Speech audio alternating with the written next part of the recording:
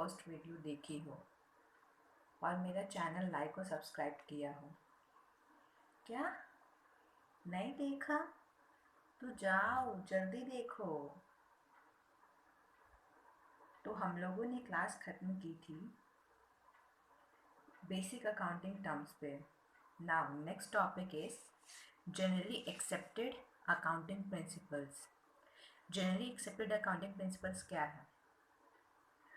Set of rules है, conventions, standards and procedures for reporting financial information as established by Financial Accounting Standard Board. Financial Accounting Standard Board जैसे कि institute of chartered accountant, तो ये क्या कर रहा है, ये स्टैंडर्ड्स प्रोवाइड करता है। उसके बेसिस पे फाइनेंशियल स्टेटमेंट प्रिपेयर्ड होता है बाय द ऑर्गेनाइजेशंस। ठीक है, ये हेल्प करता है, जनरली एक्सेप्टेड अकाउंटिंग प्रिंसिपल्स जो है हेल्प करता है फाइनेंशियल स्टेटमेंट्स को प्रिपेयर करने में। और किस तरीके से, कितने सिंपली तरीके से हम लोग अकाउंटिंग ट्रीटमेंट कर सकते हैं और किस तरीके से हम लोग रिपोर्ट कर सकते हैं और रिकॉर्ड कर सकते हैं किसी भी ट्रांजेक्शन्स को, और कैसे रिपोर्ट कर सकते हैं उसको फाइनेंशियल स्टेटमेंट में। ठीक है, हम लोग पढ़ेंगे accounting concepts and conventions. Accounting information is published in the form of financial information. Accounting information three basis form होता है. Accounting information is published. Accounting information published होता है in the form of financial statement. Three basis है financial statement क्या क्या three basis है? PL account. PL account show करता है business results, profit and loss. ठीक है, और बैलेंस शीट एग्जिबिट करता है कि financial position of the business और financial strength of the business, कितना एसेट्स है हमारे पास और कितना लायबिलिटीज़ है। ठीक है, फिर cash flow statement. Cash flow क्या करता है? मूवमेंट ऑफ कैश, कितना कैश इनफ्लो हुआ, कितना कैश आउटफ्लो हुआ। जो भी इंफॉर्मेशन कंटेंट रहता है इस particular PL, balance sheet, CFS, जो भी अकाउंटिंग इंफॉर्मेशन है उसमें जो भी इंफॉर्मेशन कंटेंट रहता है वो तुम्हारा accounting principles, conventions and concept पे बेस्ड रहता है।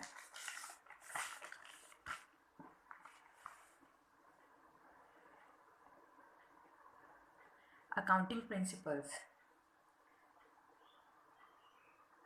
बोर्ड जो है, फाइनेंशियल अकाउंटिंग स्टैंडर्ड बोर्ड जो है वो क्या करता है? स्टैंडर्ड प्रोवाइड करता है। स्टैंडर्ड में क्या होता है? अकाउंटिंग ट्रीटमेंट प्रोवाइडेड रहता है, गाइडलाइंस प्रोवाइडेड रहता है कि किसी भी ट्रांजेक्शन्स को, किसी भी अकाउंटिंग इवेंट्स को हम लोग कैसे रिकॉर्ड करें और रिपोर्ट करें। तो वो हो गया हम लोग का accounting principles, guidelines provided in the standard issued by the financial board. Accounting concept. Accounting concept क्या है? अकाउंटिंग कॉन्सेप्ट एक फाउंडेशन, एक बेस प्रोवाइड करता है अकाउंटिंग प्रिंसिपल्स के लिए। ठीक है, किस तरीके से इंश्योर करता है? Recording of financial facts. Ensure करेगा कि जो भी फाइनेंशियल फैक्ट रिकॉर्ड हुआ है वो साउंड बेसिस पे और लॉजिकल कंसिडरेशन पे हुआ है कि नहीं, अकाउंटिंग प्रिंसिपल्स फॉलोड किए गए हैं कि नहीं, गाइडलाइंस जो कि इंस्टीट्यूट ने प्रोवाइड किए हैं वो फॉलो किए गए हैं कि नहीं। Accounting conventions. अकाउंटिंग कन्वेंशंस क्या हो गया? वो मेथड्स और वो प्रोसीजर्स जो कि वाइडली एक्सेप्टेड है, मतलब जो स्टैंडर्ड इशूड किया गया है वो वाइडली एक्सेप्टेड है। ठीक है, और वही अकाउंटिंग प्रोसीजर्स और कॉन्सेप्ट्स हम लोग को फॉलो करना है जो कि वाइडली एक्सेप्टेड है, खुद से नहीं क्रिएट करना है। थ्योरी बेस क्या है अकाउंटिंग का? As basic assumptions, basic principles and modifying principle. इसको हम लोग आगे डिटेल में पढ़ेंगे. Basic assumption. First one is business entity concept. जैसा कि हम लोगों को पता है कि बिजनेस अपना एक सेपरेट और डिस्टिंक्ट पर्सन होता है, उस पर्सन से जो एक्चुअल में उसको ओन कर रहा हो और मैनेज कर रहा हो. जो जो ट्रांजैक्शन बिजनेस से रिलेटेड है सिर्फ वही ट्रांजैक्शंस रिकॉर्ड होगा बिजनेस में. ठीक है, अगर वो पर्सनल एक्सपेंसेस है तो वो हम बिजनेस में रिकॉर्ड नहीं करेंगे. एग्जाम्पल क्या हो गया? मिस्टर ए जो कि बिजनेस ओनर है, वो एक बिल्डिंग में एक फ्लोर खरीदा, ठीक है, having 3 halls for ₹5,000 each per month, ठीक है। 2 हॉल जो था वो बिजनेस पर्पस के लिए था और एक हॉल जो था वो पर्सनल पर्पस के लिए था। तो इस बिजनेस एंटिटी कॉन्सेप्ट के अकॉर्डिंग सिर्फ 10,000, 2 हॉल है तो two into 5,000, 10,000 per month is a valid expense होगा बिजनेस का। बाकी का जो 5,000 है वो पर्सनल एक्सपेंस है, वो हम लोग इसमें नहीं रिकॉर्ड करेंगे, ठीक है। Going concern concept. Financial statement normally prepared होता है इस एजम्पशंस के बेसिस पे कि एंटिटी जो है वो हमेशा, उसका ऑपरेशन हमेशा कंटिन्यू रहेगा, वो हमेशा रन करेगा, कभी बंद नहीं होगा, ठीक है। For for the foreseeable future, financial statements are normally prepared on the assumption that an enterprise is a going concern and will continue in operation for the foreseeable future। यहाँ पे foreseeable future क्या हो गया, जहाँ तक अभी हम लोग देख सकते हैं, ठीक है। तो अभी हम लोग कहाँ तक देख सकते हैं, यहाँ पे foreseeable future हम लोग को 1 साल मान करके चलना होता है, ठीक है। एग्जाम्पल, कैसे पता चलेगा गोइंग कंसर्न है कि नहीं कोई भी एंटिटी, उसके लिए एग्जाम्पल, अगर इफ कंपनी अगर कंपनी सिर्फ मैन्युफैक्चर करता है प्रोडक्ट बी, सिर्फ प्रोडक्ट बी मैन्युफैक्चर कर रहा है, सडनली गवर्नमेंट क्या किया, उस पर रेस्ट्रिक्शंस इम्पोज कर दिया प्रोडक्ट बी पे कि अब आप इसको नहीं बेच सकते हैं मार्केट में। तो कंपनी क्या है, कंपनी सिर्फ प्रोडक्ट बी ही प्लान किया, मैन्युफैक्चर कर रहा था, इसलिए अब कंपनी क्या होगा, अब गोइंग कंसर्न नहीं कहलाएगा। मनी मेजरमेंट कॉन्सेप्ट, सिर्फ वही ट्रांजैक्शन फाइनेंशियल स्टेटमेंट में रिकॉर्डेड होगा जो कि मनी टर्म्स ऑफ, जो कि मनी टर्म्स में मेजर्ड हो सके।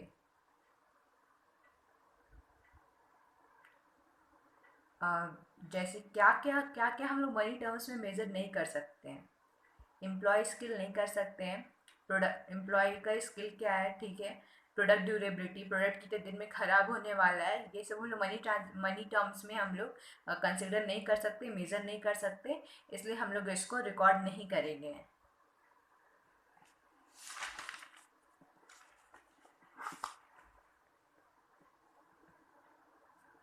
Accounting period concept, periodicity concept है।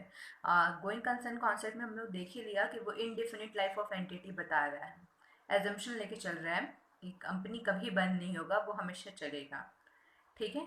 लेकिन जनरल पीरियड हम लोग 1 ईयर लेके चलते हैं परफॉर्मेंस मेजरमेंट के लिए भी, और फाइनेंशियल पोजीशन क्या है ये देखने के लिए भी कंपनी का। हम लोग परफॉर्मेंस मेजर कर सकते हैं 3 मंथ्स पे भी, 6 मंथ्स पे भी, 9 मंथ्स पे भी एंड 15 मंथ्स पे भी, लेकिन हमेशा हम लोग हमेशा मोस्टली हम लोग कंसिडर करते हैं 1 year.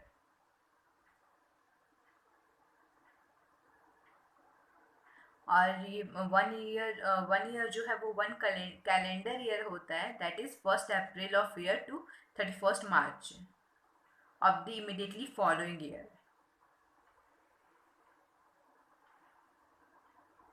Accrual concept, mercantile system. Accrual concept क्या हुआ, the effects of transactions and other events are recognized on mercantile basis, that is when they occur they are recorded in the accounting records and reported in the financial statement of the period to which they relate।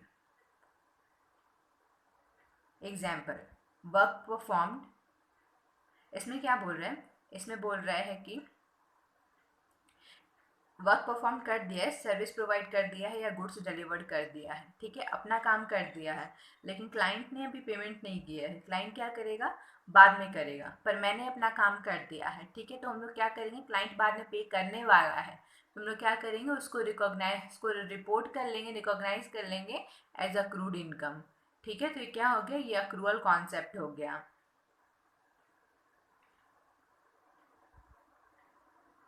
जिस जिस year से related है जिस accounting year से related है हम उसमें वो रिकॉर्ड कर लेंगे.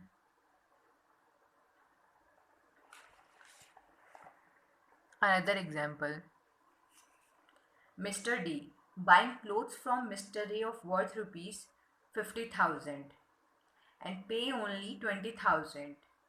Remaining 30,000 will be paid later by Mr. D.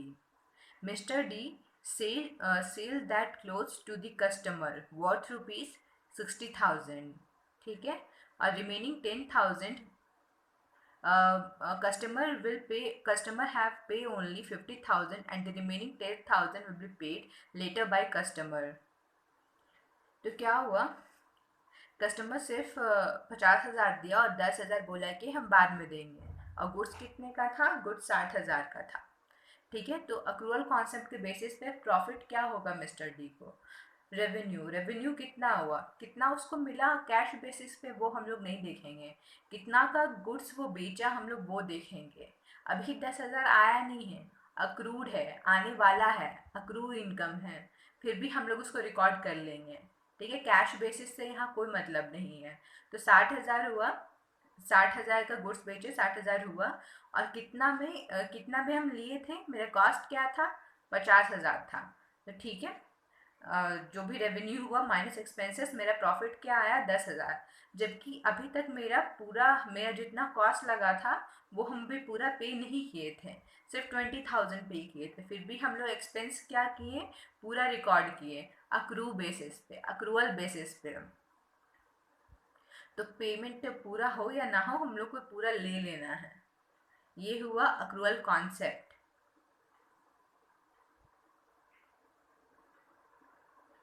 इतना का हम लोग जो एक्सपेंस है, मेरा 50,000 का जो कॉस्ट लगा है, इतना का हम अपने बैलेंस शीट में ये दिखाएंगे. क्रेडिटर्स दिखाएंगे कि मेरा 30,000 का क्रेडिटर्स खड़ा है. ठीक है. और डेटर्स दिखाएंगे 10,000 का, क्योंकि अभी हमको पेमेंट मिलने वाला है. लेकिन हम लोग इनकम में सेल्स में ये पूरा 60,000 लेंगे और परचेज में ये पूरा 50,000 रिकॉर्ड करेंगे. समझ में आया.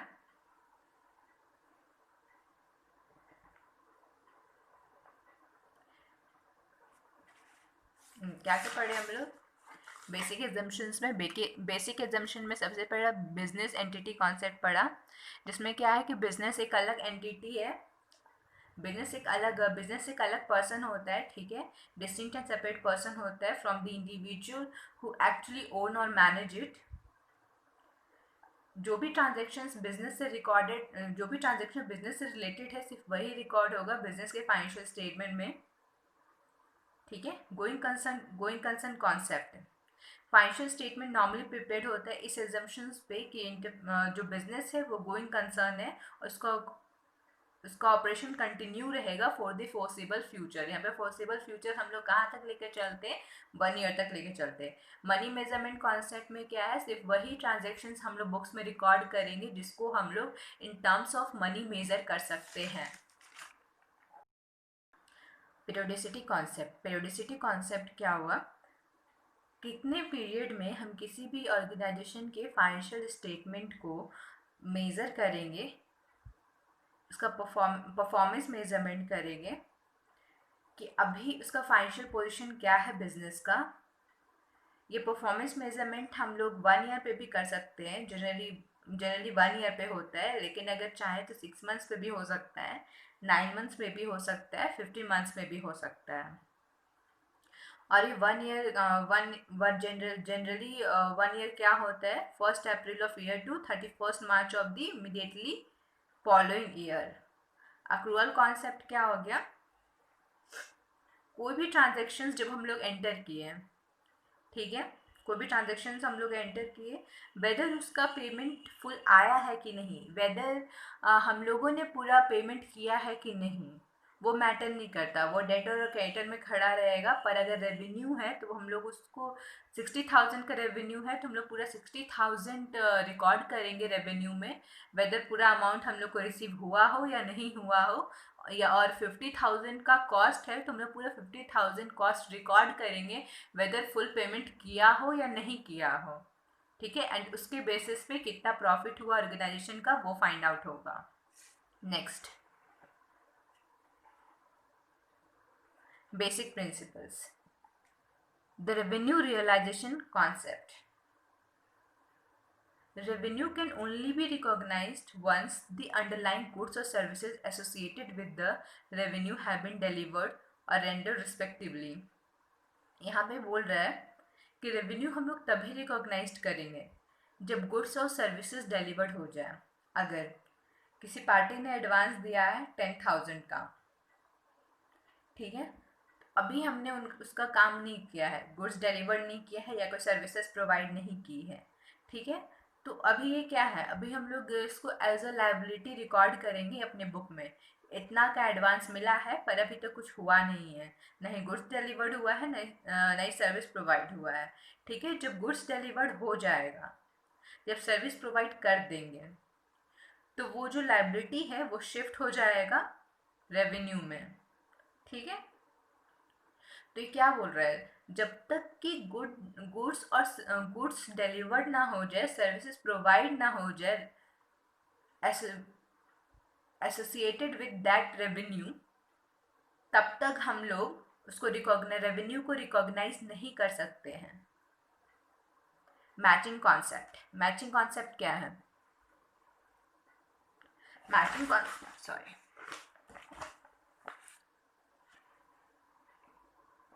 मैचिंग कॉन्सेप्ट है पर्टिकुलर रेवेन्यू को अर्न करने में कितना एक्सपेंसेस लगा है, ठीक है,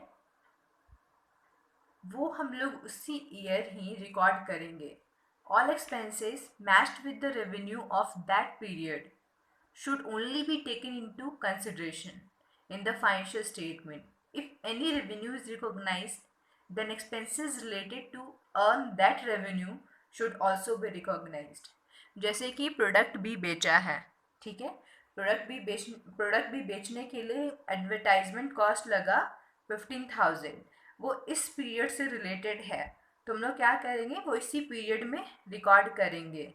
ठीक है, और अगर वेजेस है या सैलरी है, रेवेन्यू अर्न करने में एम्प्लॉयज़ का भी उतना ही हाथ होता है. ठीक है, तो वो क्या किए, वो काम किए, इस 12 मंथ्स काम किए हैं, रेवेन्यू आया है, तो वो इस पीरियड का खर्चा है, पर हम लास्ट के मंथ का पेमेंट नहीं किए हैं. ठीक है, तो वो क्या हो जाएगा, वो मेरा आउटस्टैंडिंग एक्सपेंसेस हो जाएगा कि इस पीरियड का है पर अभी तक हम नहीं दिए हैं, जो कि हम नेक्स्ट ईयर में देंगे.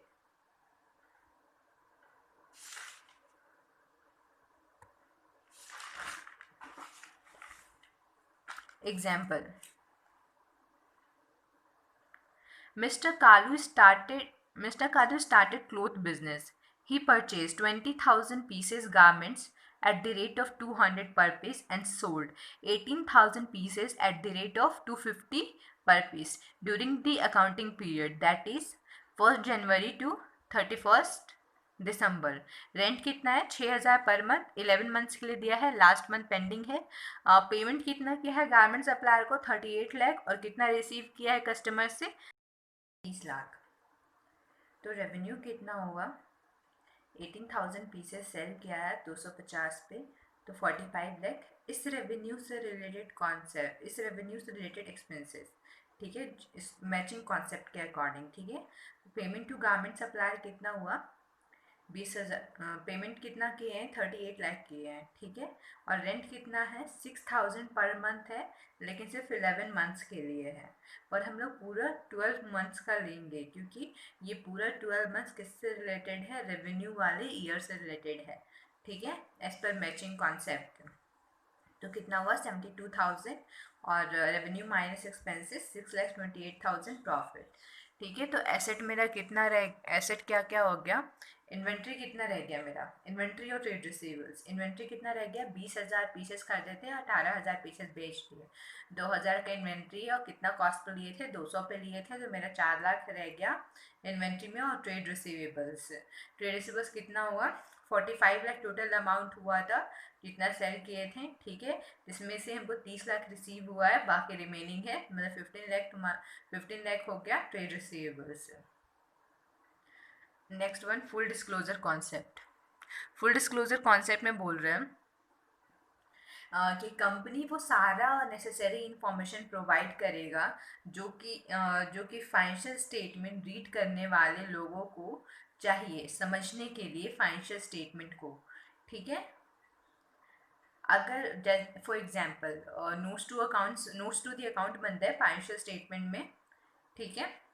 वो क्या करता है, हर एक शेड्यूल, हर एक आइटम जो होता है बैलेंस शीट में, जैसे क्रेडिटर्स तो वो list of creditors with amount provide करेगा, डेटर्स तो list of debtors with amount provide करेगा। ठीक है। बैंक लोन तो हम लोग कैसे दिखाते हैं, लॉन्ग टर्म लाइबिलिटी करके दिखाते हैं, नॉन करेंट लाइबिलिटी दिखाएंगे। ठीक है। बैंक लोन को तो किस किस बैंक से लोन है तो उसका अलग से शेड्यूल बनेगा, अलग से डिस्क्लोजर जाएगा नोट्स टू द अकाउंट में। ठीक है।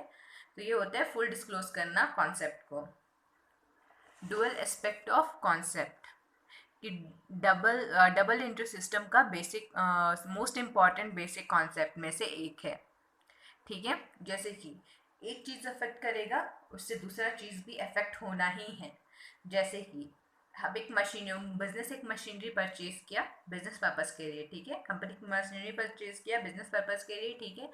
तो मशीन मेरा एसेट है तो हम उसको फिक्स्ड एसेट में रिकॉर्ड किए। लेकिन एक एसेट आया तो मेरा कैश और बैंक गया भी, या तो कैश जाएगा या फिर बैंक से पेमेंट कर रहे हैं तो बैंक जाएगा। ठीक है। तो क्या हो रहा है, एक एसेट इंक्रीज हो रहा है तो दूसरा एसेट डिक्रीज हो रहा है। ठीक है। या फिर वही मशीनरी को हम 5 साल के बाद बेच रहे हैं तो इससे मेरा क्या होगा, कैश इंक्रीज होगा या बैंक इंक्रीज होगा। लेकिन एसेट डिक्रीज किया तो कैश इंक्रीज किया, वाइस वर्सा। ठीक है। बेसिक अकाउंटिंग इक्वेशन क्या हो गया, asset equal to liability plus capital. Liability plus capital का सम करेंगे तो क्या आएगा, एसेट्स आएगा। यहाँ पे हम लोग कैपिटल को ओनर इक्विटी भी लिखेंगे। ठीक है। इस इक्वेशन के बेसिस पे हम लोग एक एग्जांपल देख रहे हैं।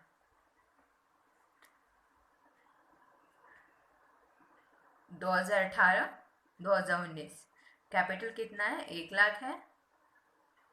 लोन है, ट्रेड पेबल्स है, एसेट है, रिसीवेबल्स है, इन्वेंट्री है, कैश एंड बैंक है। ठीक है। तो इसमें सबसे पहले देखेंगे कि मेरा एसेट कितना का हो रहा है। पहले हम लोग 2018 का लेके चल रहे हैं तो मेरा एसेट कितना हो रहा है, फिक्स्ड एसेट है मेरा 1,25,000। ठीक है।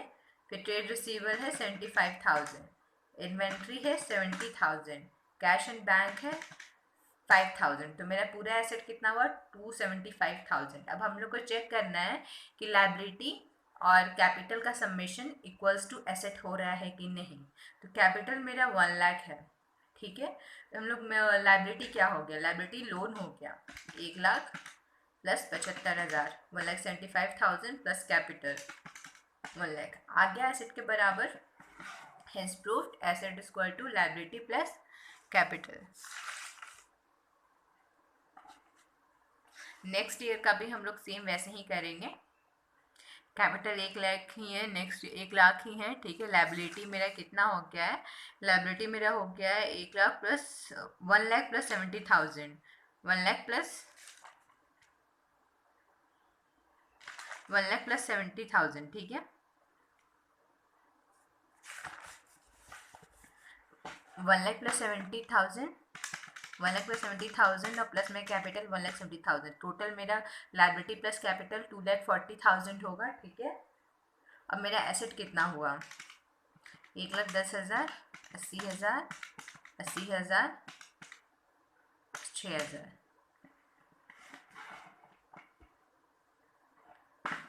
तो हमारा सम उतना ही आएगा, asset is equal to liability plus capital.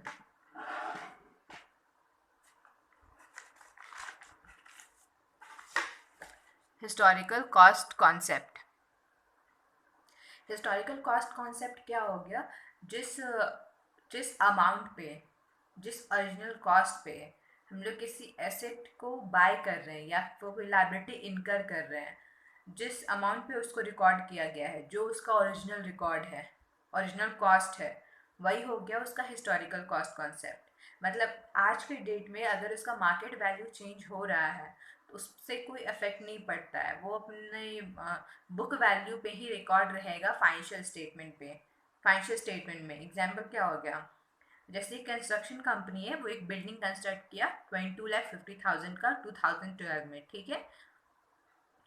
At the end of 2018 market value of that building 45 lakh हो गया, लेकिन अभी भी वो बिल्डिंग बुक्स में और अपने ओरिजिनल कॉस्ट पे रिकॉर्ड रहेगा, जिस पे 22,50,000 पे।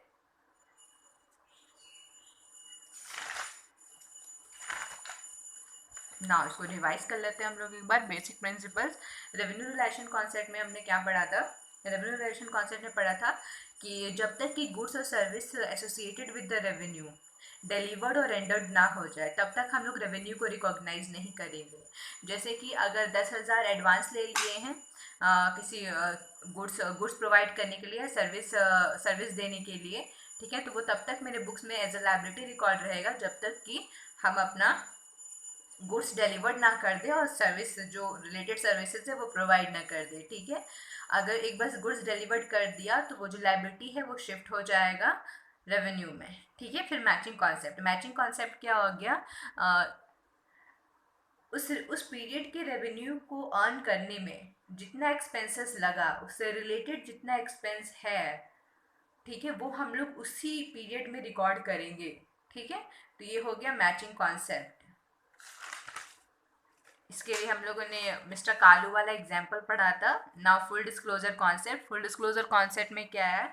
जो भी नेसेसरी इंफॉर्मेशन है वो प्रोवाइड किया जाएगा फाइनेंशियल इंफॉर्मेशन के साथ, जिससे लोगों को समझने में आसानी हो फाइनेंशियल स्टेटमेंट को, ठीक है। जैसे नोट्स टू दी अकाउंट और सप्लीमेंट्री शेड्यूल।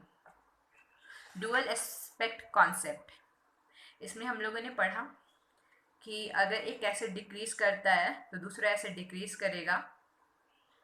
ऐसा भी होता है कि अगर एसेट इंक्रीज किया है तो लायबिलिटी भी इंक्रीज करे। जैसे एसेट हम लोग लोन लेकर, बैंक से लोन लेकर, एसेट हम लोग बैंक से लोन लेकर लिए हैं, तो मेरा एसेट इंक्रीज हुआ, तो उससे क्या हो गया? मेरा लायबिलिटी भी इंक्रीज हुआ है, ठीक है। बेसिक अकाउंटिंग इक्वेशन क्या है? Asset equals to liability plus capital. Historical cost concept, asset और लायबिलिटी को उसके ओरिजिनल कॉस्ट पे बुक्स में रिकॉर्ड करना। भले ही उसका मार्केट वैल्यू चेंज हो जाए, पर वो अपने हिस्टोरिकल कॉस्ट पे ही रिकॉर्ड रहेगा, ठीक है। अब हम लोग पढ़ेंगे मॉडिफाइंग प्रिंसिपल। सबसे पहला materiality concept. All the items having significant economic effect on the business of the enterprise should be disclosed in the financial statement। क्या बोल रहे हैं? सिग्निफिकेंट। क्या बोल रहा है कि जिस भी आइटम का, ठीक है, सिग्निफिकेंट इकोनॉमिक इफेक्ट पड़ रहा है, ज़्यादा इफेक्ट पड़ रहा है, ठीक है, ज़्यादा इफेक्ट पड़ रहा है, ज़्यादा वैल्यू का है, जिसको अगर डिस्क्लोज नहीं किए तो फाइनेंशियल स्टेटमेंट पे बहुत इफेक्ट पड़ेगा। Financial statement materially miss stated हो जाएगा, true and fair view provide नहीं करेगा, तो क्या हो गया? मटेरियल हो गया, ठीक है। हम लोग कह सकते हैं कि लार्ज अमाउंट का हो गया, ठीक है, लार्ज अमाउंट का है इसलिए वो सिग्निफिकेंटली अफेक्ट कर रहा है। All items having significant economic effect on the business of the enterprise should be disclosed in the financial statement। और कोई भी insignificant item which will only increase, कोई भी insignificant item जो कि सिर्फ काम को बढ़ा रहा है लेकिन वो रेलिवेंट नहीं है यूजर्स के लिए, तो वो हम लोग डिस्क्लोज नहीं करेंगे। जैसे कि स्टेशनरी परचेज किया है जो कि बहुत मिनिमम अमाउंट का है, अगर हम लोग बिजनेस का नेचर देख रहे हैं, बिजनेस का नेचर साइज बहुत लार्ज है और स्टेशनरी सिर्फ 5,000 का है और वो एज अ परचेज नहीं एज अ एक्सपेंसेस दिखाया गया है, तो वो हम लोग बहुत इनसिग्निफिकेंट आइटम है, बहुत छोटा अमाउंट का है, तो हम लोग क्या करेंगे? हम लोग उसको नज़रअंदाज कर देंगे, हम लोग उसको नहीं देखेंगे, क्योंकि वो ज़्यादा इफेक्ट नहीं करेगा फाइनेंशियल स्टेटमेंट के लिए, वो कोई इफेक्ट नहीं करेगा फाइनेंशियल स्टेटमेंट के लिए, वो सिग्निफिकेंट नहीं है, ठीक है। अगर वही स्टेशनरी 5,000 नहीं 5 लाख होता, ठीक है। सिग्निफिकेंट और insignificant first of all depend करता है कि बिजनेस का साइज क्या है, ठीक है। अगर वही स्टेशनरी 5 लाख का होता तो वो मेरे फाइनेंशियल स्टेटमेंट को अफेक्ट करता। तो हम ये इंक्लूड करते फाइनेंशियल स्टेटमेंट में कि वो परचेज नहीं दिखाकर उसको एक्सपेंस दिखाया गया है फाइनेंशियल स्टेटमेंट में। ठीक है।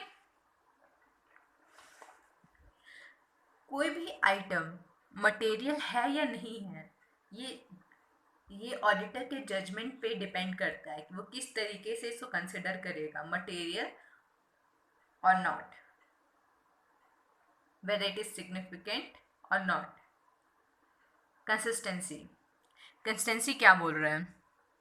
कंसिस्टेंसी बोल रहा है वो अकाउंटिंग प्रिंसिपल्स नहीं, सॉरी, पॉलिसीज, वो अकाउंटिंग पॉलिसीज जो लास्ट ईयर फॉलो हुआ था वो इस साल भी सेम फॉलो होगा। जो मेरा डेप्रिसिएशन चार्ज करने का मेथड था वो भी इस साल सेम होगा। जो मेरा इन्वेंट्री रिकॉर्ड करने का मेथड था इस बार भी सेम चलेगा। ठीक है। तो वो क्या है, कंसिस्टेंटली चेंज नहीं हुआ है, जैसा था वैसे ही चल रहा है। ठीक है। फिर भी अगर चेंज होता है अकाउंटिंग पॉलिसीज में तो हम लोग डिस्क्लोजर करेंगे। किसके रिगार्डिंग डिस्क्लोजर्स करेंगे? फाइनेंशियल स्टेटमेंट रिगार्डिंग कितने अमाउंट का चेंजेस हुआ, मतलब उस जो हम लोग कंसिस्टेंट नहीं रहा, पॉलिसीज जो चेंज हुआ उसकी वजह से कितने अमाउंट का फ़र्क पड़ा फाइनेंशियल स्टेटमेंट में। नेचर क्या था, किस टाइप का चेंज था, रीज़न क्या है मेरे पास चेंज करने के लिए, क्यों चेंज कर रहे हैं, इफेक्ट क्या पड़ेगा उसका फाइनेंशियल स्टेटमेंट के ऊपर। ठीक है। ये सारा डिस्क्लोज करना है फाइनेंशियल स्टेटमेंट में। क्या क्या? Amount, nature, reason and effect. Amount, nature, reason and effect. Enterprise should change its accounting policies in any of the following circumstances. कब कब? जब उसको new issued accounting standards comply करना हो। फाइनेंशियल बोर्ड जो है वो क्या किया, नया अकाउंटिंग स्टैंडर्ड इशू किया, तो हम लोग क्या करेंगे, उस कंपनी क्या करेगा, बिजनेस क्या करेगा, वो नया इशू अकाउंटिंग स्टैंडर्ड्स को कंप्लाई करेगा। ठीक है। फिर अगर प्रोविजन ऑफ लॉ, लॉ बोला है ऐसा करो वैसा मत करो, जो पहले कर रहे थे वैसा नहीं करना है, ऐसा करना है, तो लॉ जो बोल रहा है उसको कंप्लाई करने के लिए चेंज कर रहे हैं तो चलेगा। न्यू इशूड अकाउंटिंग स्टैंडर्ड्स को कंप्लाई कर रहे हैं तो चलेगा। ठीक है। नया मेथड जो बिजनेस अप्लाई किया है, ठीक है, वो ज़्यादा true and fair picture show कर रहा है, ज़्यादा true and fair value show कर रहा है, तो चलेगा। कब चेंज करना है? जब न्यू इशूड अकाउंटिंग स्टैंडर्ड्स हो, प्रोविजन ऑफ लॉ बोले, ठीक है, लॉ में प्रोविजन हो इसके लिए। ठीक है। नया मेथड जो है वो more true and fair view show कर रहा है। ठीक है। अगर चेंज करते हैं, चेंज नहीं करना है, कंसिस्टेंट रहेगा, लेकिन फिर भी अगर चेंज कर रहे हैं तो डिस्क्लोजर्स करेंगे क्या क्या, amount, nature, reason and effect in the financial statement. Next one, conservatism. Conservatism क्या बोल रहा है, recognized anticipated loss but not income. अगर हमको डाउट है कि इसमें मेरे को लॉस होने वाला है, अगर मेरे को डाउट है कि इसमें मेरे को लॉस होने वाला है तो हम उसको रिकॉर्ड कर लेंगे, लेकिन हमको लग रहा है कि हमको इसमें प्रॉफिट होगा, इनकम होगा, तो हम उसको रिकॉर्ड नहीं करेंगे। ठीक है। जैसे कि कोर्ट में कोई केस चल रहा है, ठीक है, और हमको लग रहा है कि हम हारने वाले हैं, ठीक है, तो हम लोग क्या करेंगे, हम लोग इसको बुक्स ऑफ अकाउंट्स में रिकॉर्ड कर लेंगे। लेकिन अगर लग रहा है कि हम जीतने वाले हैं तो ये हम लोग रिकॉर्ड नहीं करने वाले हैं। रिविजन, बेसिक प्रिंसिपल्स में क्या क्या पढ़ा? द रेवेन्यू रिलेशन कॉन्सेप्ट, एक मिनट, वो हम लोग रेवेन्यू रिलेशन कॉन्सेप्ट पढ़ा। रेवेन्यू रिलेशन कॉन्सेप्ट में क्या था कि रेवेन्यू तभी रिकॉग्नाइज करेंगे जब उसके अगेंस्ट में गुड्स और सर्विसेज उससे रिलेटेड जो है डिलीवर्ड कर चुके हों और रेंडर कर चुके हों। मैचिंग कॉन्सेप्ट क्या था? मैचिंग कॉन्सेप्ट में था कि रेवेन्यू अर्न करने में जितना भी एक्सपेंसेस लगा है उस पीरियड में, वो उसी पीरियड में रिकॉर्ड होगा। ठीक है। फिर फुल डिस्क्लोजर कॉन्सेप्ट में क्या था? फुल डिस्क्लोजर कॉन्सेप्ट में था कि जो भी नेसेसरी इन्फॉर्मेशन है रिगार्डिंग फाइनेंशियल स्टेटमेंट वो अलग से इन्फॉर्म किया जाना चाहिए। ठीक है। Through notes to the accounting financial statement and supplementary schedule. Dual concept में हम लोगों ने अकाउंटिंग इक्वेशन पढ़ा है, asset is equal to liability plus capital. Historical cost concept में पढ़ा कि जो भी मेरा एसेट और लायबिलिटी है वो अपने बुक वैल्यू पे रिकॉर्ड होगा, ना कि मार्केट वैल्यू पे। ठीक है, उसके बाद मॉडिफाइंग प्रिंसिपल से मटेलिटी पढ़ा। ठीक है, ये मटेलिटी जजमेंट पे बेस्ड है। ठीक है, कौन सा आइटम सिग्निफिकेंटली अफेक्ट करेगा फाइनेंशियल स्टेटमेंट को और कौन सा नहीं, ये डिपेंड करता है बिजनेस के नेचर पे एंड उसके साइज पे and judgement of the auditor. Consistency, जो अकाउंटिंग पॉलिसीज हम पहले फॉलो कर रहे थे वही अकाउंटिंग पॉलिसीज हम अभी फॉलो करेंगे। अगर कोई चेंज हो रहा है तो डिस्क्लोजर करेंगे, disclosure regarding amount, nature, reason and effect. कहाँ पे? फाइनेंशियल स्टेटमेंट में। ठीक है,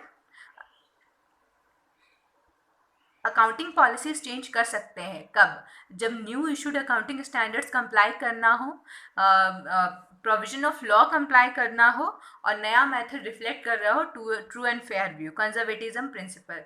इसमें क्या है, रिकॉग्नाइज करेंगे एंटिसिपेटेड लॉस, लेकिन इनकम रिकॉग्नाइज नहीं कर, एंटिसिपेटेड इनकम रिकॉग्नाइज नहीं करेंगे। ठीक है, डेबिट एंड क्रेडिट अकाउंट जो हम लोग क्रिएट करते हैं या फिर लेजर क्रिएट करते हैं वो टी फॉर्म में होता है। जैसे कि ये कैश अकाउंट आपको दिख रहा है, ये टी फॉर्म में है, जिसके लेफ्ट साइड डेबिट होता है और राइट साइड क्रेडिट होता है। Transaction, transactions analyzed in terms of money and supported by document are recorded in the books of accounts under double entry system। क्या बोल रहे हैं? ट्रांजेक्शन्स हमेशा मनी के टर्म में होना चाहिए, जैसा कि हम लोगों ने बुक कीपिंग के अंदर पढ़ा था, एंड सपोर्टेड होना चाहिए बाय डॉक्यूमेंट। मतलब ट्रांजेक्शन्स हम लोग एंटर कर दिए तो उसका प्रॉपर डॉक्यूमेंट नहीं है तो वो वैलिड नहीं होगा, सपोर्टेड डॉक्यूमेंट होना चाहिए। ठीक है, two approaches can be used, can be used, दो अप्रोच फॉलो किया जाता है। क्या क्या? Accounting equation approach. Accounting equation approach जैसे कि वही हम लोगों ने डुअल एस्पेक्ट में पढ़ा, वही equation, the relationship of asset with that of liabilities and owner's equity, or we can call capital in the equation form, asset is equal to liability plus equity। ठीक है, इसका एग्जांपल देखते हैं हम लोग।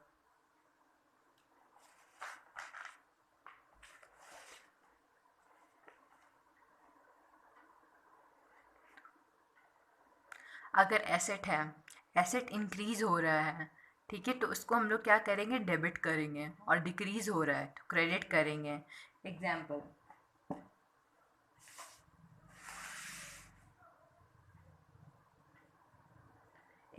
जैसे कि बिजनेस स्टार्ट किए, ठीक है, with a capital of ₹20 lakh. ठीक है, तो क्या हो रहा है? बिजनेस इंट्रोड्यूस्ड हुआ तो बैंक अकाउंट में 20 लाख रुपया आ रहा है। बैंक क्या है? मेरा एसेट है। तो क्या हुआ? एसेट इंक्रीज किया तो डेबिट होगा। ठीक है, तो कैसे करेंगे? उसका एंट्री क्या होगा? Bank account debit to capital account. ठीक है, और मेरा कैपिटल भी इंक्रीज हो रहा है। ठीक है, तो कैपिटल इंक्रीज हो रहा है, वो उसका हमेशा क्रेडिट बैलेंस होता है। कैपिटल इंक्रीज हो रहा है, ठीक है, कैपिटल इंक्रीज हो रहा है तो वो लाइबिलिटी है। कैपिटल इंक्रीज हो रहा है तो वो क्या है? मेरा ओनर का लाइबिलिटी है। ओनर कैपिटल इंट्रोड्यूस किया अपने बिजनेस में, बैंक में गया, एसेट इंक्रीज हुआ, डेबिट कर दिया। कैपिटल लाइबिलिटी साइड खड़ा रहेगा बैलेंस शीट में, लाइबिलिटी है तो मेरा क्या हुआ? लाइबिलिटी भी इंक्रीज हुआ है। अगर एसेट इंक्रीज हुआ तो डेबिट करेंगे, लाइबिलिटी इंक्रीज हुआ है तो क्या करेंगे? क्रेडिट। ठीक है, एसेट के लिए increase in asset debit, decrease in asset credit. Liability के लिए decrease in liability debit, liability decrease होगा तो डेबिट करेंगे, इंक्रीज होगा तो क्रेडिट करेंगे। ठीक है, जैसे नेक्स्ट एग्जांपल, सैलरी पे कर रहे हैं 50,000। ठीक है, तो सैलरी क्या है मेरा? सैलरी मेरा क्या है? लाइबिलिटी है, एक्सपेंस है। तो क्या हो रहा है? सैलरी मेरा एक्सपेंस है तो एक्सपेंस मेरा बढ़ रहा है। ठीक है, इंक्रीज इन एक्सपेंसेस। ठीक है, तो एक्सपेंस डेबिट करेंगे तो सैलरी अकाउंट डेबिट हो जाएगा। ठीक है, और किससे पे कर रहे हैं? बैंक से पे कर रहे हैं तो एसेट मेरा घट रहा है तो एसेट क्या हो जाएगा? क्रेडिट। तो एंट्री क्या बनेगा? Salary account debit to bank. Rent receive किए 2 लाख का, ठीक है। रेंट रिसीव किए, क्या है, इनकम है, तो इनकम क्या हो रहा है, इनकम इंक्रीज हो रहा है, ठीक है। इनकम अगर इंक्रीज हो रहा है तो वो क्रेडिट हो रहा है, पीएल में इनकम क्रेडिट सेट जाता है, ठीक है। इंक्रीज हो रहा है तो हम लोग क्रेडिट करेंगे, और डिक्रीज हो रहा है तो हम लोग क्या करेंगे, डेबिट करेंगे। रेंट रिसीव्ड हो रहा है, इनकम है, क्रेडिट किए, ठीक है। कहाँ रिसीव्ड हो रहा है, बैंक में रिसीव्ड हो रहा है, तो bank account debit to rent, तो बैंक मेरा इंक्रीज कर रहा है, एसेट इंक्रीज किया, डेबिट हो गया, ठीक है। फिर क्या बोलते हैं, नेक्स्ट एग्जांपल, गुड्स खरीदें कैश में, कैश में अगर गुड्स खरीदें, ठीक है, तो क्या हुआ, स्टॉक इंक्रीज हुआ, मेरा मेरा स्टॉक इंक्रीज हुआ, स्टॉक मेरा क्या है, स्टॉक मेरा एसेट है, एसेट इंक्रीज हुआ तो वो डेबिट हो गया, ठीक है। और कैश, कैश क्या हो रहा है, कैश कैश मेरा डिक्रीज हो रहा है, डिक्रीज हो रहा है तो वो भी एसेट है, क्या हो गया, क्रेडिट हो गया। गुड्स से गुड्स सोल्ड, और next example, sold goods for cash, goods sold कर रहे हैं कैश में, तो मेरा कैश इंक्रीज हो रहा है, कैश क्या है, एसेट है, तो हम लोग डेबिट करेंगे। स्टॉक डिक्रीज हो रहा है, स्टॉक डिक्रीज हो रहा है, ये सेल्स अकाउंट में है, तो ये क्या है, क्रेडिट, क्रेडिट है, ये क्रेडिट हो जाएगा। इनकम में आता है, सेल इंक्रीज किया मेरा तो क्रेडिट हो गया, ठीक है। और कैश इंक्रीज किया मेरा तो डेबिट हो गया, समझ में आया। इंटरेस्ट इनकम रिसीव हुआ, इन्वेस्टमेंट के ऊपर इंटरेस्ट इनकम रिसीव हुआ, तो इंटरेस्ट इनकम रिसीव हुआ तो वो कहाँ जाएगा, इनकम इंक्रीज हुआ है, क्रेडिट होगा, कहाँ आ रहा है, बैंक में आ रहा है, तो एसेट भी इंक्रीज हो रहा है तो डेबिट होगा, ठीक है। तो क्या हो जाएगा, bank account debit to interest income.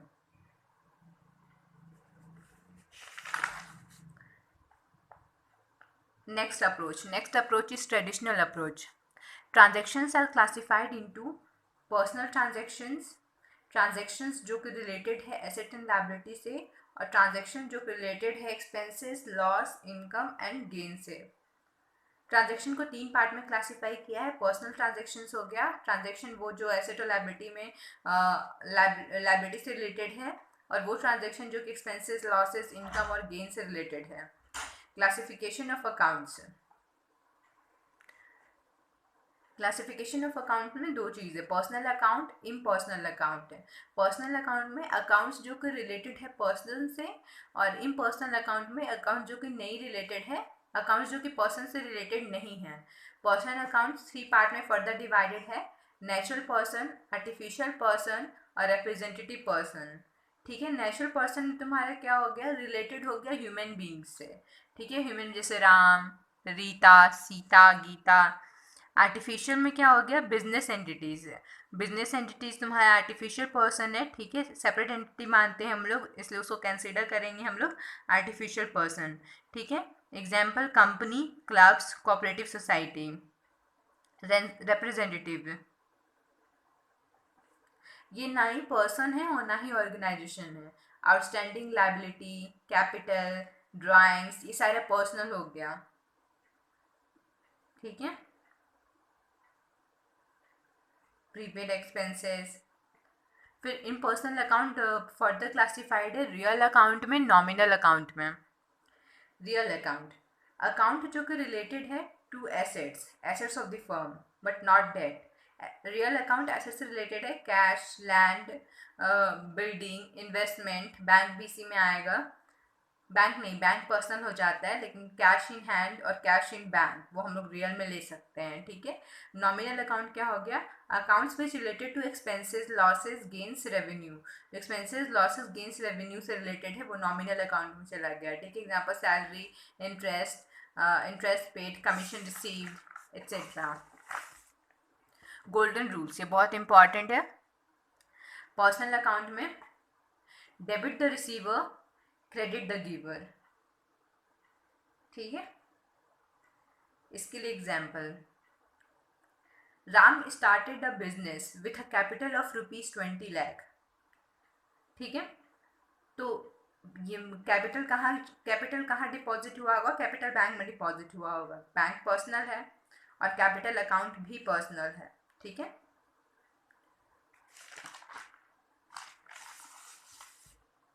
तो बैंक में रिसीव हो रहा है, ठीक है। तो debit the receiver, who is the receiver? Bank. And who is the giver? Ram is the giver. और क्या है? कैपिटल इंट्रोड्यूस्ड हो रहा है, तो कैपिटल को लेंगे हम लोग और क्रेडिट करेंगे गिवर को। तो जेई क्या पास होगा? Bank account debit to capital account. Next, ये समझ में आया? Personal account debit the receiver, credit the giver. अगर रियल अकाउंट है, एसेट से रिलेटेड है, डेबिट व्हाट कम्स इन, जो आया, ये सारा बिजनेस से रिलेटेड है। डेबिट द रिसीवर बिजनेस में, क्रेडिट द गिवर बिजनेस में। ये भी debit what comes in, credit what goes out.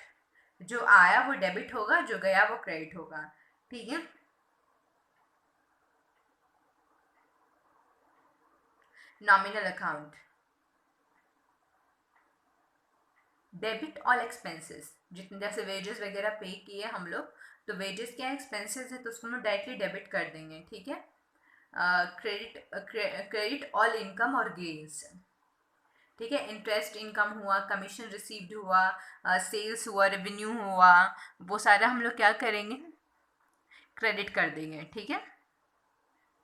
अगर कोई एसेट आया, ये एसेट रिलेटेड है, अगर कोई मशीनरी खरीदे या फिर प्लांट फर्नीचर फिक्चर्स खरीदे, तो वो क्या हो गया? वो आया तो उसको डेबिट करेंगे, ठीक है। और जब वो जाएगा, यानी जब उसको सेल करेंगे, तो उसको क्रेडिट कर देंगे। Debit what comes in, credit what goes out. तो गोल्डन रूल्स क्या हुआ? पर्सनल अकाउंट में debit the receiver, credit the giver. Real account में debit what comes in, credit what goes out. Nominal account में debit all expenses और losses, credit all income और gains.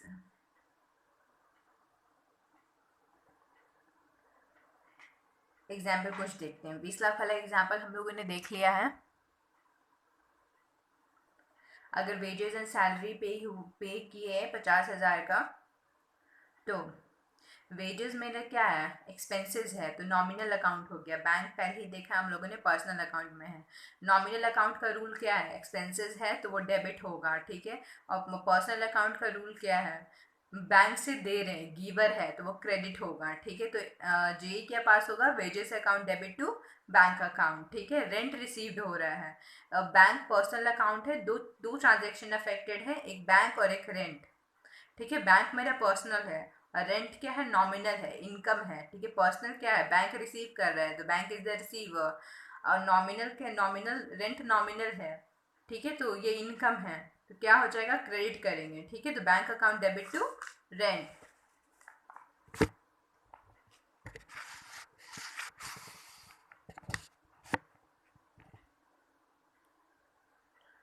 Next one, purchase goods on credit. हम लोग क्या किए? Goods purchase ने credit पे। दो चीज़ अफेक्टेड है, एक परचेजेस, एक क्रेडिटर्स। तो परचेज मेरा क्या है? नॉमिनल है, ठीक है, खर्चा है अभी मेरे लिए, तो डेबिट किए एक्सपेंसेस को। Purchase account debit. और क्रेडिटर क्या है? पर्सनल अकाउंट है, ठीक है। पर्सनल अकाउंट है तो ये क्या हो जाएगा? क्रेडिट द गिवर, दे रहा है। Purchase account debit to creditor. फिर है गुड्स सोल्ड किए 8,16,000 का, ठीक है। तो गुड्स सोल्ड किए, बैंक में पैसा आएगा, पर्सनल। दूसरा सेल्स, तो सेल्स इनकम है मेरा, नॉमिनल। पर्सनल बैंक में आ रहा है, डेबिट रिसीवर, और नॉमिनल क्रेडिट गेन है, ठीक है। इनकम और गेन है, ठीक है। तो क्या एंट्री हो जाएगा? Bank account debit to sales account. अब एक बार शुरू से हम लोग रिविजन कर लेते हैं, जहाँ से आज क्लास शुरू किया था। Generally accepted accounting principles. Financial accounting standard board जो है वो प्रिंसिपल्स, रूल्स, स्टैंडर्ड्स इशू करता है जो कि वाइडली एक्सेप्टेड रहते हैं, मतलब जितने भी ऑर्गेनाइजेशन हैं वो उसको फॉलो करते हैं, ठीक है। उसको हम लोग क्या बोल रहे हैं? जनरली एक्सेप्टेड अकाउंटिंग प्रिंसिपल्स, ठीक है। ये कॉमनली यूज होता है, एक्सेप्टेड वे है रिकॉर्ड करने का, रिपोर्ट करने का अकाउंटिंग इन्फॉर्मेशन को। अकाउंटिंग इन्फॉर्मेशन पब्लिश्ड होता है यूजुअली 3 वेज में। क्या क्या? PL account, balance sheet account, cash flow account. PL statement हम लोग को प्रॉफिट एंड लॉस बताता है, बैलेंस शीट हम लोग को फाइनेंशियल पोजीशन बताता है कंपनी को, और कैश फ्लो स्टेटमेंट हम लोग को मूवमेंट ऑफ कैश डिस्क्राइब करता है, ठीक है। Next, accounting principles. Accounting principles basic guidelines है जो कि स्टैंडर्ड प्रोवाइड करता है। जो कौन सा स्टैंडर्ड, जो कि इशूड हुआ है by the board. Accounting concept क्या है? अकाउंटिंग कॉन्सेप्ट फाउंडेशन है जिसके ऊपर अकाउंटिंग प्रिंसिपल बेस्ड रहता है। देखना है कि अकाउंटिंग प्रिंसिपल किस फैक्ट पे बेस्ड है, ठीक है, साउंड है कि मतलब सही है कि नहीं, लॉजिकल है कि नहीं। अकाउंटिंग कन्वेंशन, ये मेथड्स और प्रोसीजर्स है जो कि वाइडली एक्सेप्टेड है। थ्योरी बेस ऑफ अकाउंटिंग, तीन चीज़ है, बेसिक एग्जाम्पशन, बेसिक प्रिंसिपल्स और मॉडिफाइंग प्रिंसिपल्स। इसको हम लोग आगे डिस्कस कर रहे हैं। बेसिक प्रिंसिपल्स, सबसे पहला business entity concept.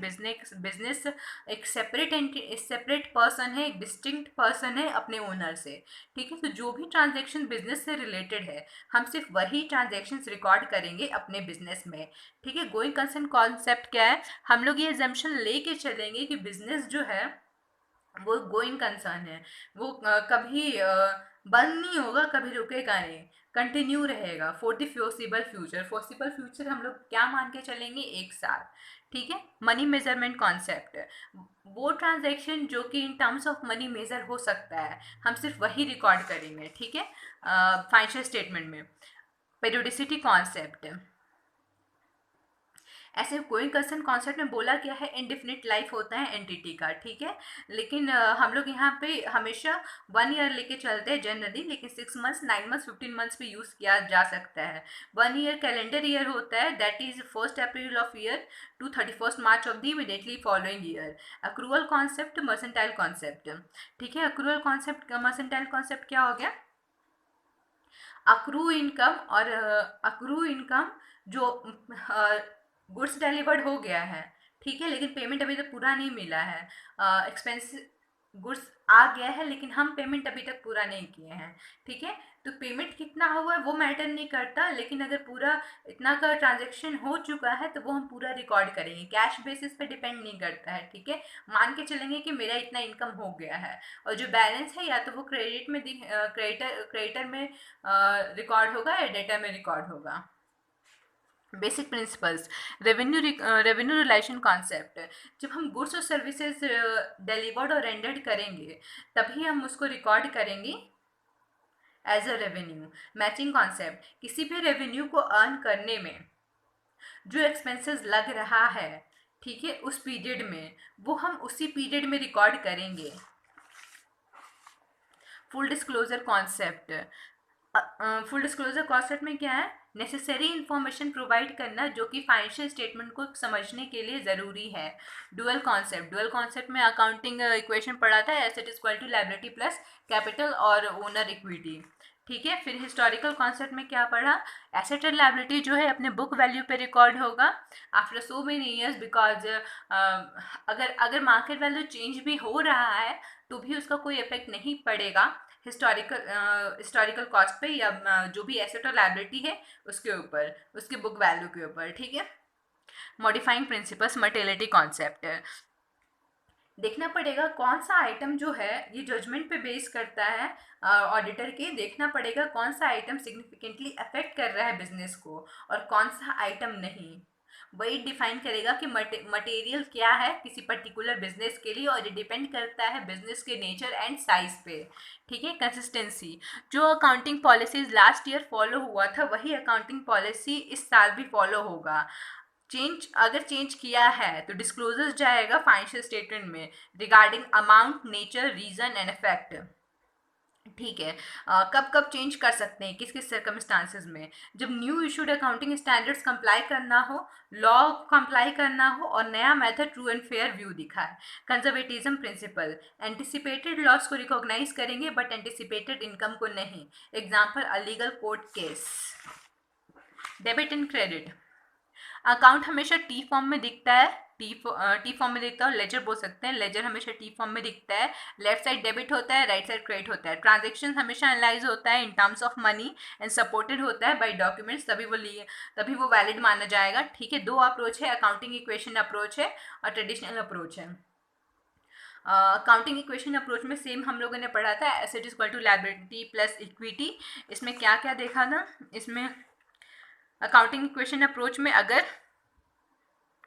Accounting equation approach में अगर एसेट इंक्रीज हुआ है तो डेबिट होगा और डिक्रीज हुआ है तो क्रेडिट होगा. लायबिलिटी डिक्रीज हुआ है तो डेबिट, इंक्रीज हुआ है तो क्रेडिट. कैपिटल डिक्रीज हुआ है तो डेबिट, इंक्रीज हुआ है तो क्रेडिट. इनकम डिक्रीज हुआ है तो इनकम डेबिट और इंक्रीज हुआ है तो क्रेडिट. एक्सपेंसेस इंक्रीज हुआ है तो डेबिट और डिक्रीज हुआ है तो क्रेडिट. फिर ट्रेडिशनल अप्रोच में देखा ट्रांजेक्शन्स क्लासिफाइड है 3 चीज़ पे. पर्सनल ट्रांजेक्शन पे, ट्रांजेक्शन जो कि रिलेटेड है एसेट्स एंड लायबिलिटीज़ के ऊपर, और ट्रांजेक्शन जो कि रिलेटेड है expenses, losses, income and gains के ऊपर. क्लासिफिकेशन ऑफ अकाउंट 2 चीज़ में, personal account, impersonal account. Personal account जो कि रिलेटेड है पर्सन से, इम्पर्सनल अकाउंट जो कि पर्सन से रिलेटेड नहीं है. पर्सनल अकाउंट में 3 चीज़ है, natural person, artificial person, representative. Natural person नाम से रिलेटेड है, artificial person business entity, company, clubs, cooperative society, representative person, outstanding liability, capital account, drawings. ठीक है. इम्पर्सनल अकाउंट में 2 चीज़ है, रियल अकाउंट है, नॉमिनल अकाउंट है. रियल अकाउंट एसेट से रिलेटेड है, nominal account expensive, losses, gains, revenue से related है.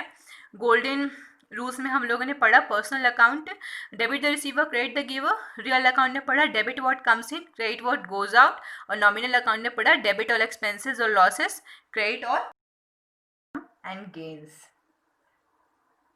आज के लिए बस इतना ही, बाकी का नेक्स्ट टॉपिक में, नेक्स्ट वीडियो में. The remaining topics of this chapter is to be continue in the next video. Please do like and subscribe my channel and click the bell icon. If you want my handwritten notes, text me your email ID in the comment section. तब तक के लिए bye bye, tata, see you in the next video.